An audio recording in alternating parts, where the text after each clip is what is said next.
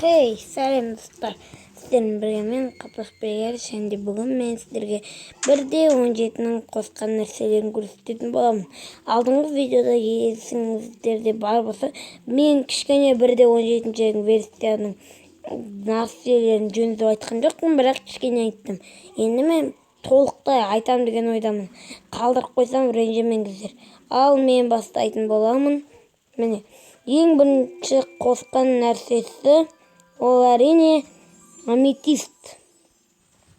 Бұл аметисттар осындай болады. Міне мынау ең кішкентай түрі, мынау орташа түрі, мынау үлкен орташа түрі, мынау кәдімгідей супер үлкен түрі. Ал бұл болса типа сынып тұратын шөптер. Және де қастарындағы блоктың өзі новый.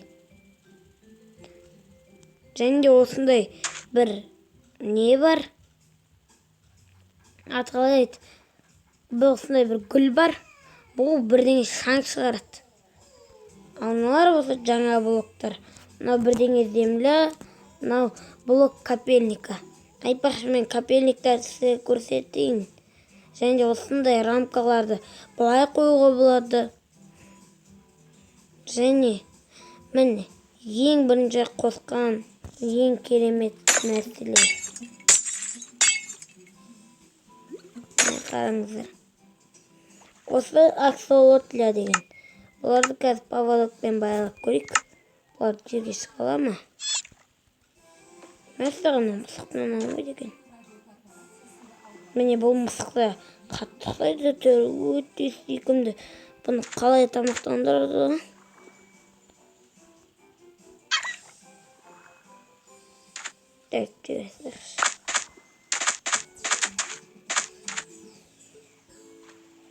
Много қоңырлау екен.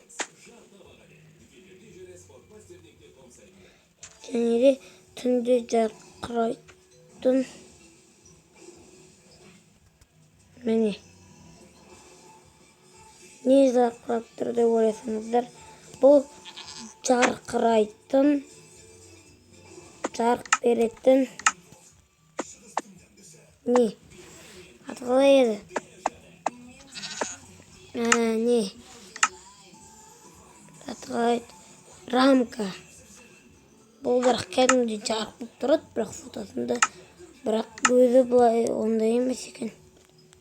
Қазір көрейік.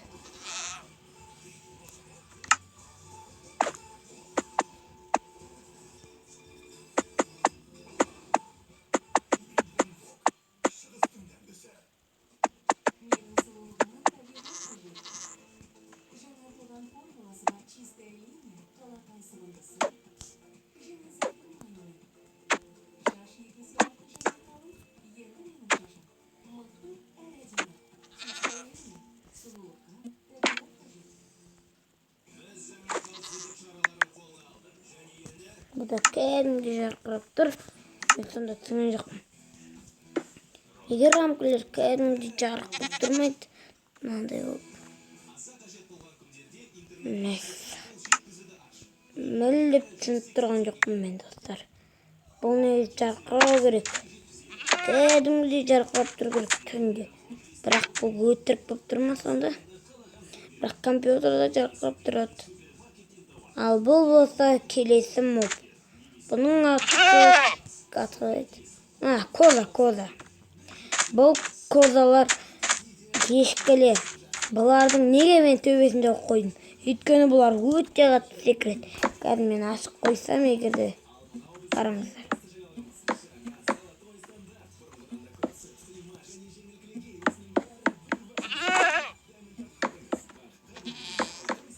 Қазір мұнар секіріп кетуі де мүмкін.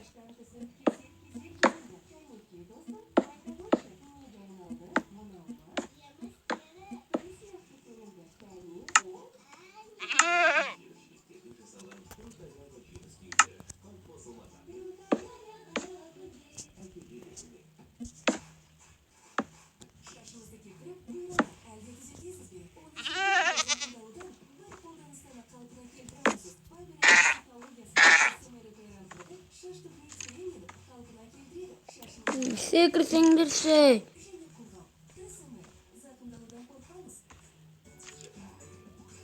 емес.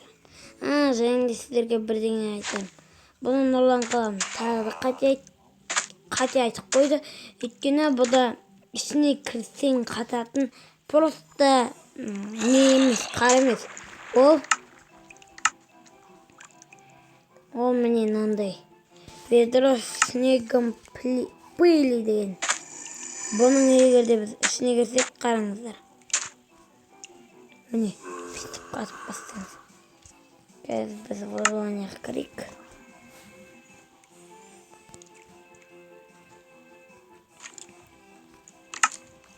Міне достар, қараңыз. Біз уже қатып жатырмыз.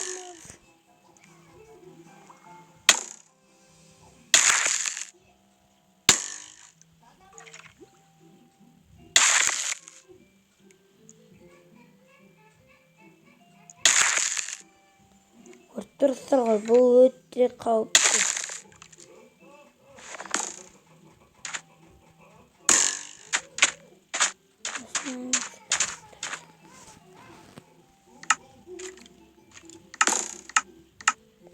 Қайнамыз торлайым. Оңбаған келеді.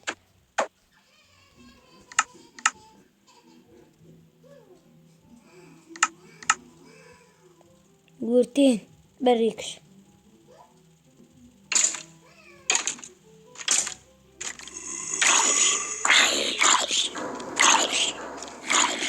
Ой, вот.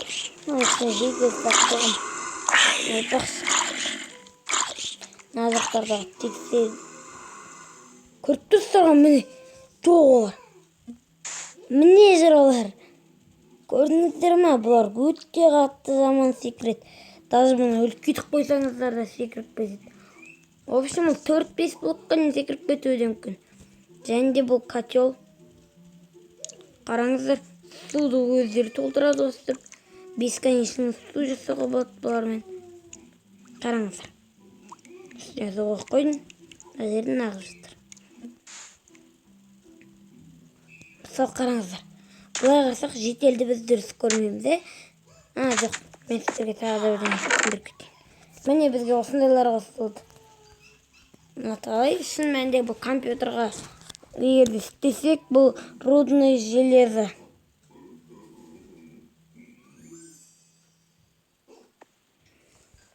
Қараңыздар. Бұл рудный железо, бұл рудный мед, медный слиток, рудный золото. Осыларды қосты, және де осындай блоктарды қосты. Міне медный рудалардың түрлері осындай.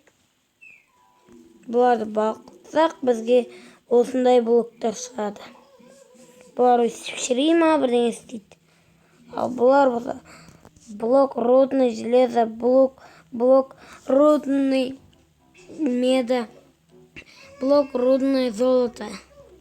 Бұлардың түрлері еще әртүрлі аңғарыңыздар, қап-қара. Көріп тұрсыздар ғой. Сосын мынандай. Неге бұндай қойып қалған? Мынандай блоктарды қосқан. Ферма деген блок. Бұл ферма.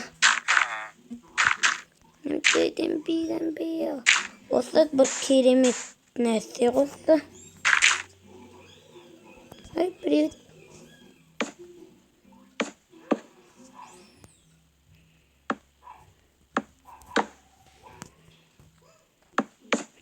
Қамттым.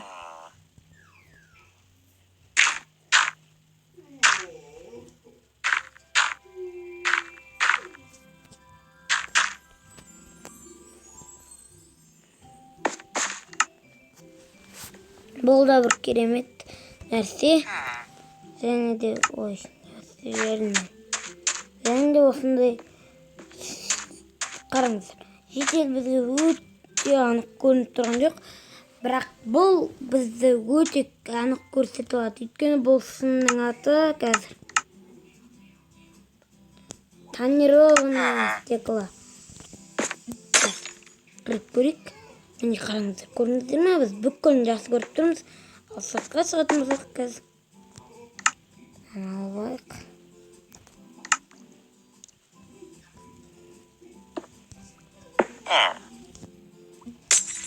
Gördünüzdür mü? Biz onu jenzikör isteyememiz. Мен тағы да керек заттар. Егер де сіздер сұрайтын шығарсыздар, час үйді бай адам бар ғой, не үшін оны көрсетіп жатсың деп. Қараңыздар, оның пішіні бүкіл өзгерді. Түсін қараңыздар, мүлдем басқаша. Бірде 17 өстіп ауыстырды оның түсін. Сосын подзорная аталай. Подзорная труба деген бар. Бұмен біз алыстағы көрінбей тұрған заттарды оп-оңай былай көреміз. Қараңыздар, бұл бізден алыстыр, бірақ біз оны жақындатып аламыз. Бұл да өте керемет. Тағы да нелер қалды? Осындай бір өсімдіктер қалды. Міне, осындай аты қалайды. Одан бастатын бірден етін.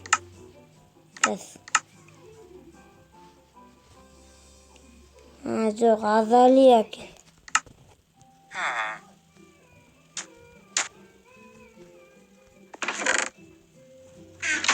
Және де тағы да не бар? Меніңше 1.17 деп болған сияқты. Жоқ, мынандай бірдеңе бар. Бұл бір өсімдік.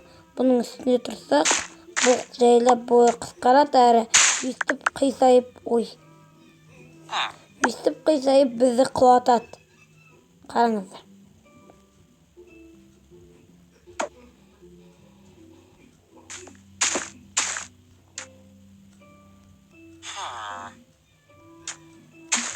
Құлай бастайды болды. Алма болса.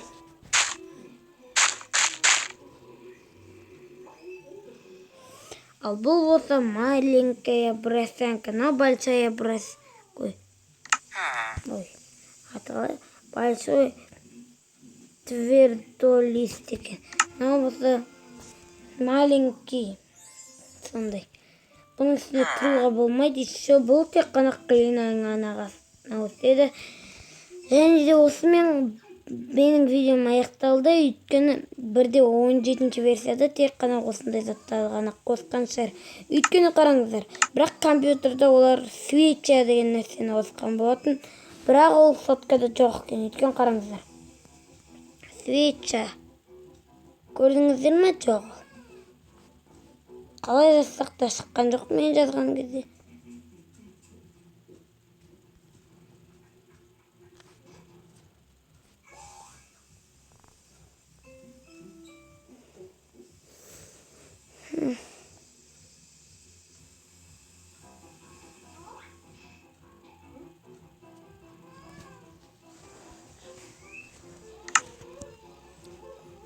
Жарайды онда.